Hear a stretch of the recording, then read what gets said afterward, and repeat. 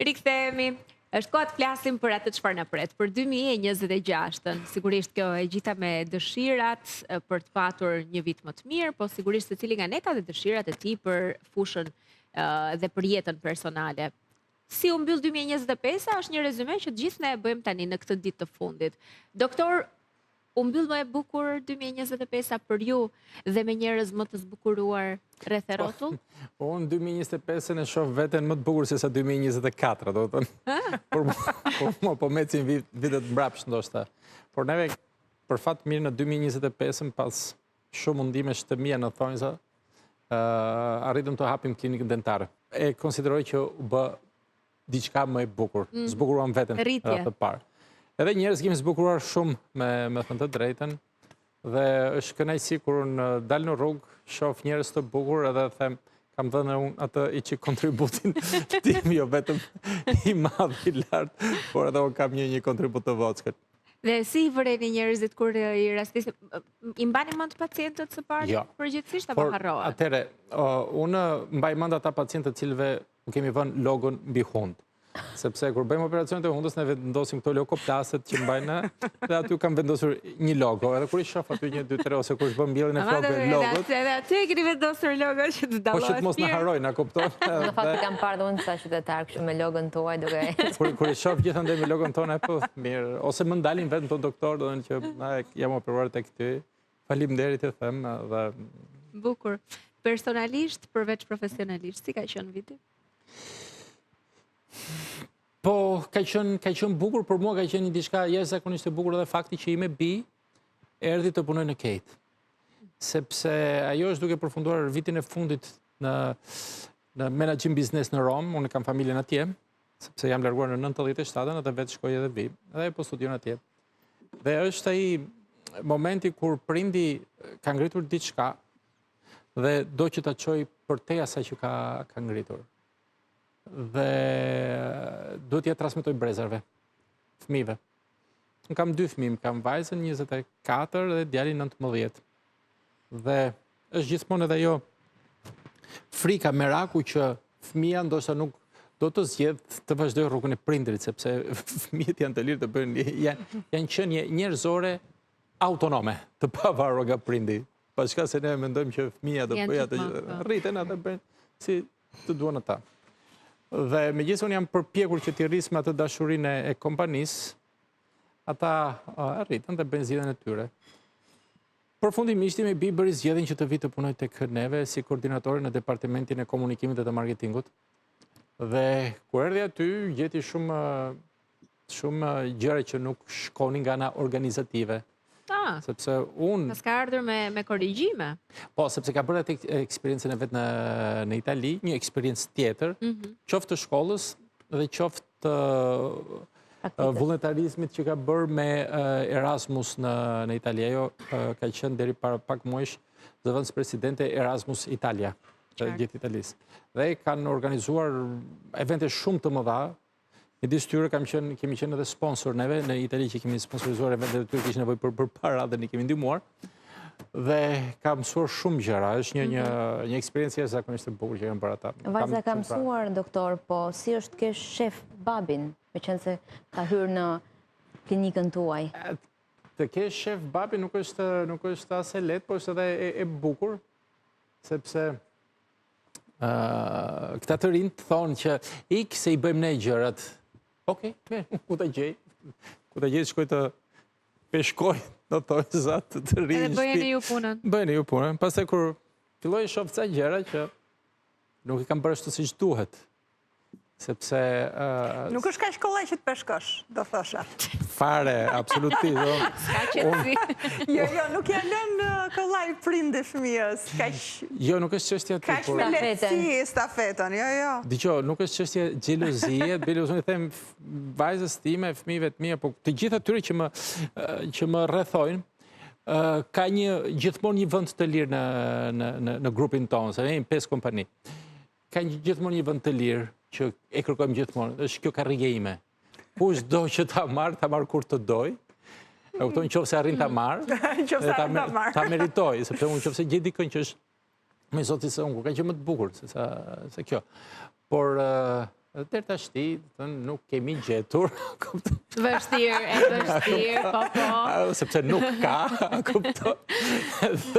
Edhe kjo ka pas qenë fakti që erdhi aty. Nëse marrëdhënie e mirë dhe mbi të gjitha të kesh babin shef, meqense është në vijim pyetjes, duhet të jetë shumë më qef.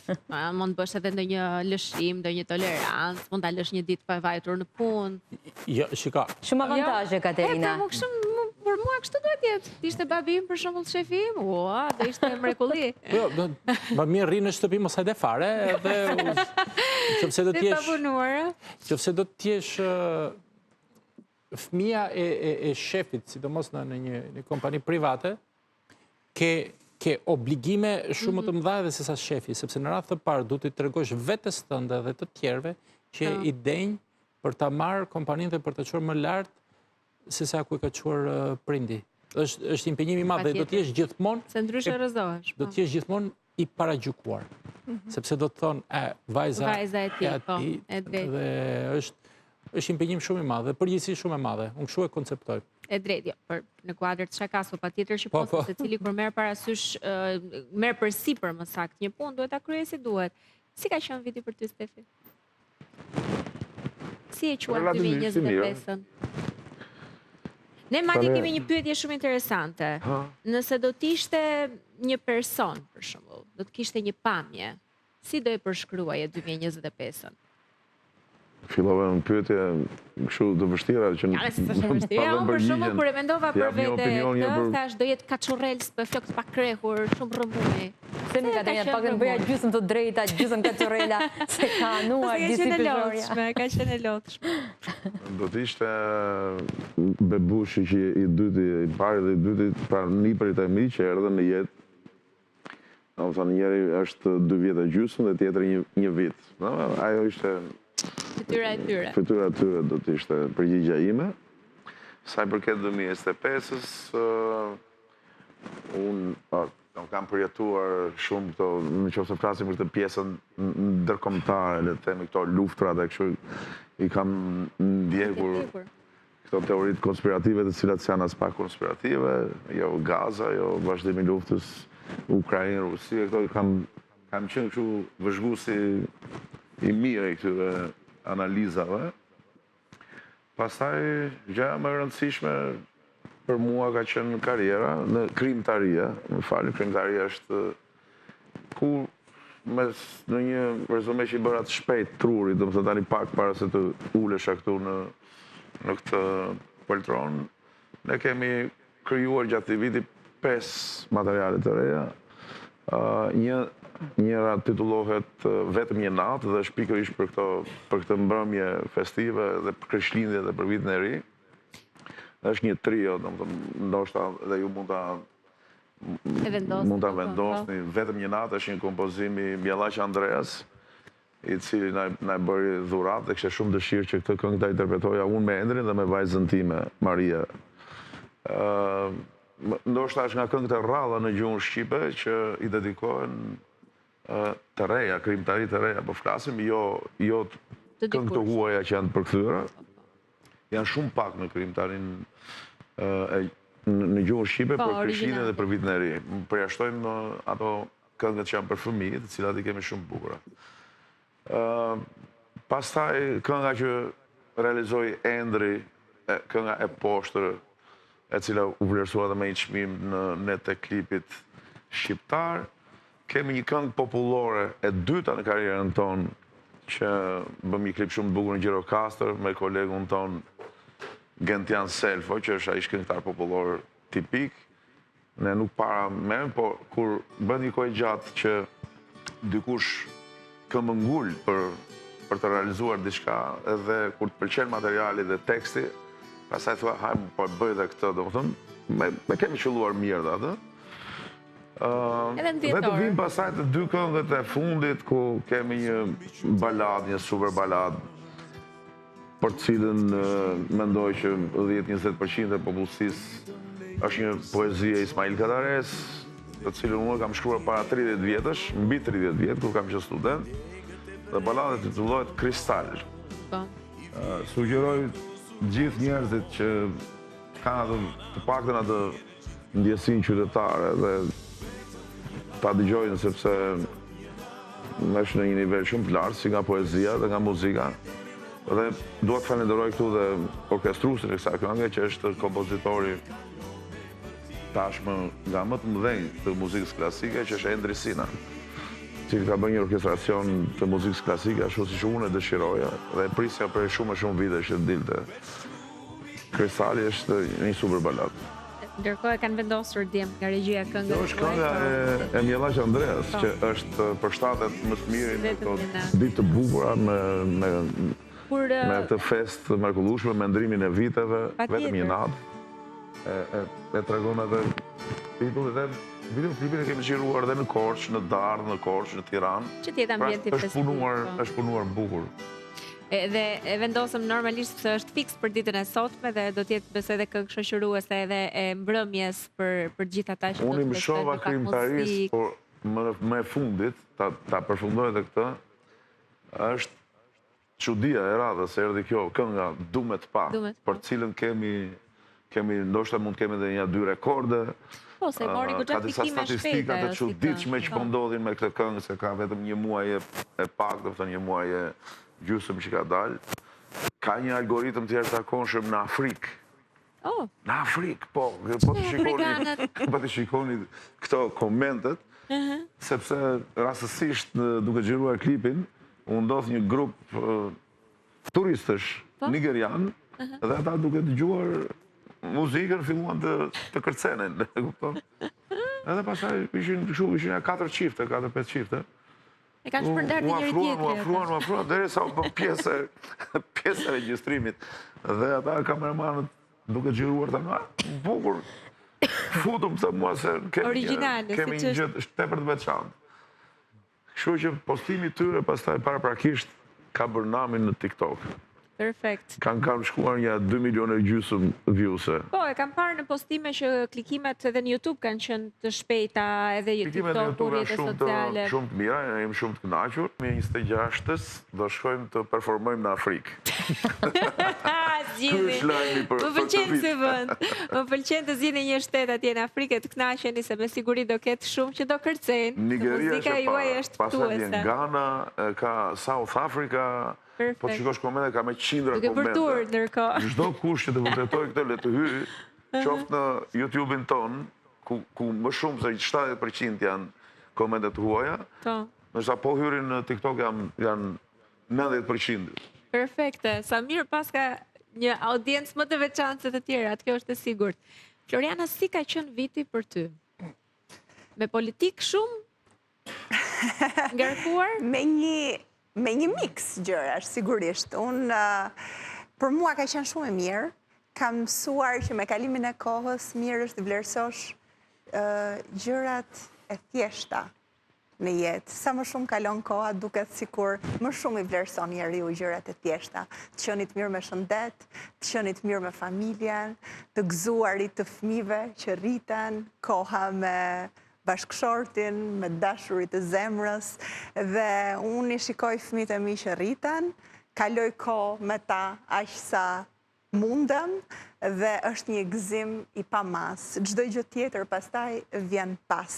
Sigurisht për mua ka qenë vit i mirë, sepse në kuadër të krijimtarisë, njeriu kur krijon, se po thoshte më përpara edhe është mirë kur krijon njeriu, dhe unë kam krijuar emisionin tim në YouTube, që quhet Elevate, në prill të këtij viti, dhe është mirë sepse është mirë kur njeriu ka një hapësirë të vetën, që të shprehet, edhe që të nxjerr krijimtarinë e vet, edhe të nxjerr më të mirën e vet, dhe unë kam arritur që përmes kësaj hapësire të kem biseda të mira.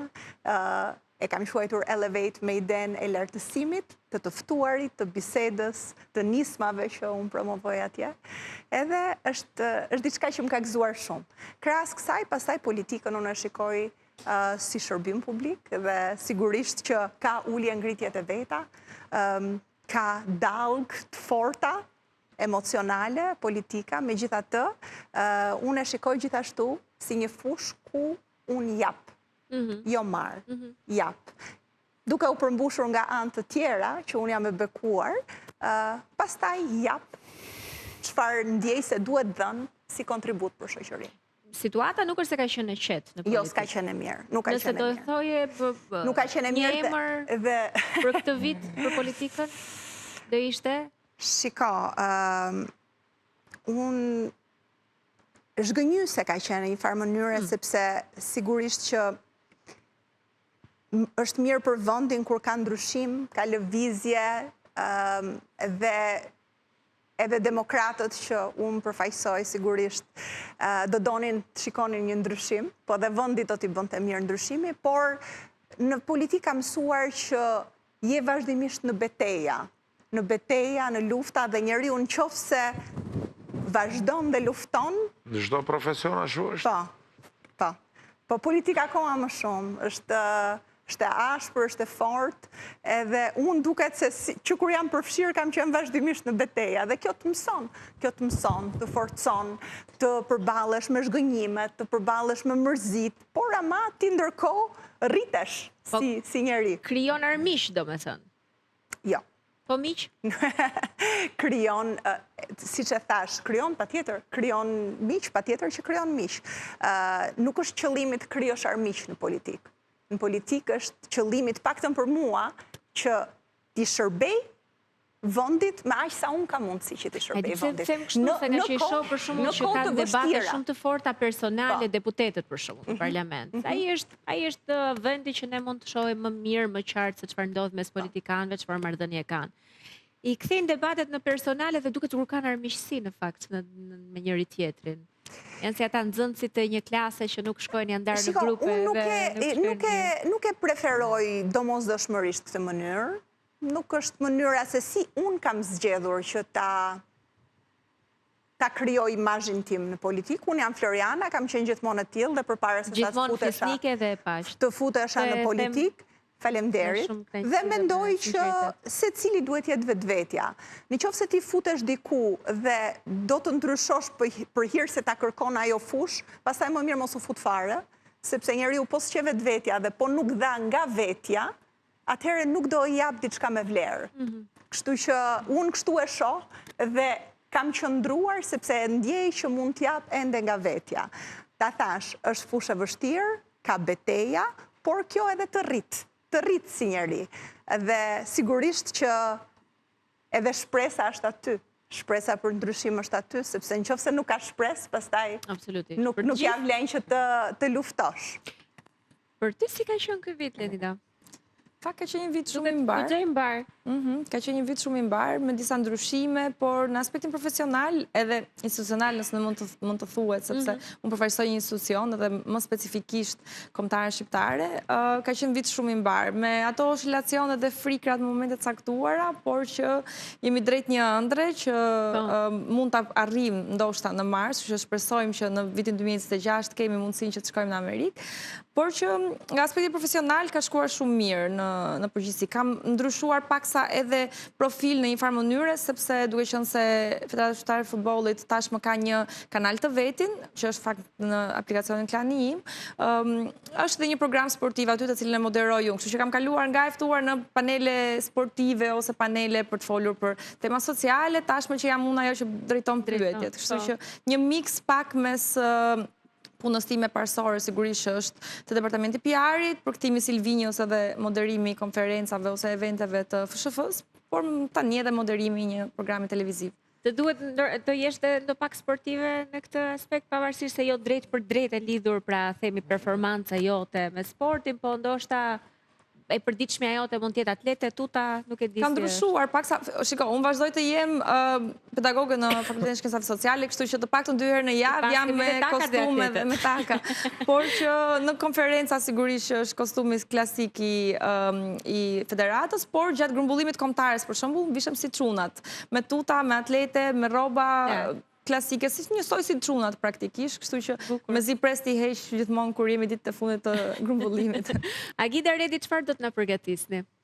Redi, çfarë ka menduar për sot? Ngjyra shumë të bukura dhe tradicionale, tha. Po, si që nisëm që do prezentojmë një pjesë të menus tonë tradicionale. Baza për të dyja koktejlet është një raki e vjetruar shumë lulshe, e marrë në përmet. Dhe dy koktele që kemi menduar për sot është Ping Lepik, e inspiruar nga maja e papingut në malin e në mërshkës në përmet. Ping papingu, Lepik, maja. Dhe do të kemi një mix gjërash, po e quaj, nga gjithë Shqipëria, ku është mjedra e egër e malit të Munellës në Puk. Do të kemi uthullën e egër të Porgadecit, uthull molle të egër të Porgadecit. Po ashtu, një nga kolegët tanë bën disa produkte shumë interesante ku përzien sherebelin me mjedrën ose lloje të frutave apo të bimëve aromatike medicinale, të gjitha bashkë. Mix mjaltrash, ku është gështenja shumë lulsh dhe më thëtë thash, dhe limon, ku ajo teknika e bërjes së këtij koktejli është dy beku, duke marrë parasysh që Ping Lepiku është një maj mali, nuk është se janë mjetet moderne të bërit pije apo koktejle, dhe bariu ka vetëm një dy bek atje.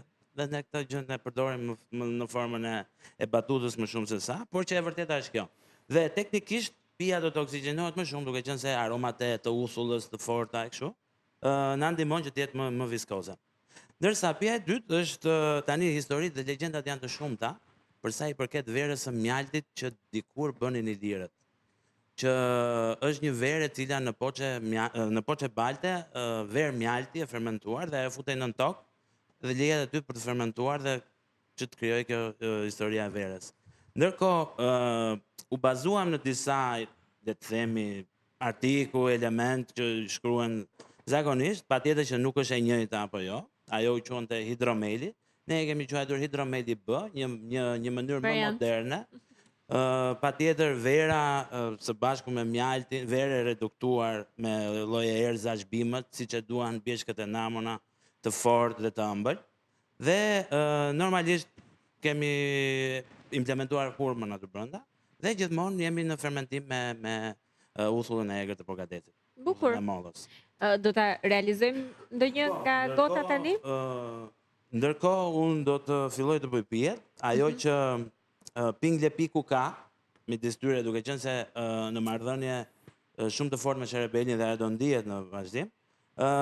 Neve si dekor të kësaj pije, përgjithsisht, ose do të përdorim një sherebel të freskët, ose duke punuar me shisat, anuatin, të parën, të dëgjuarën, të shikuarën, pra gjithë kohës funksionon me këtë, që të përmbledhet eksperienca.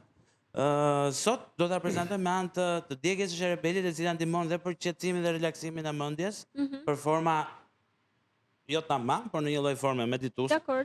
Por edhe për të përmbushur aromat dhe erën që ka. Dakor. Me alkool, interesante.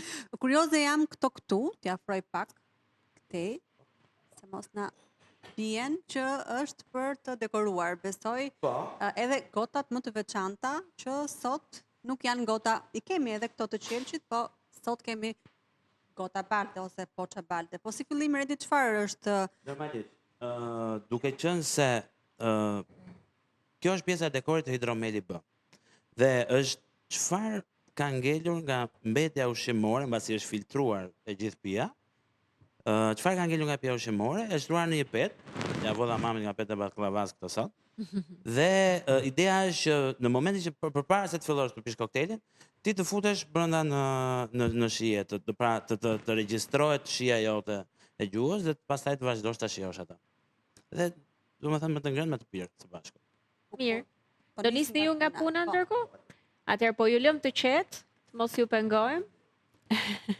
Dhe kur të kthehemi nga publiciteti, sigurisht do të shijojmë një nga pijet dhe do të vazhdojmë me disa pyetje interesante për të ftuarit që ndroni me ne.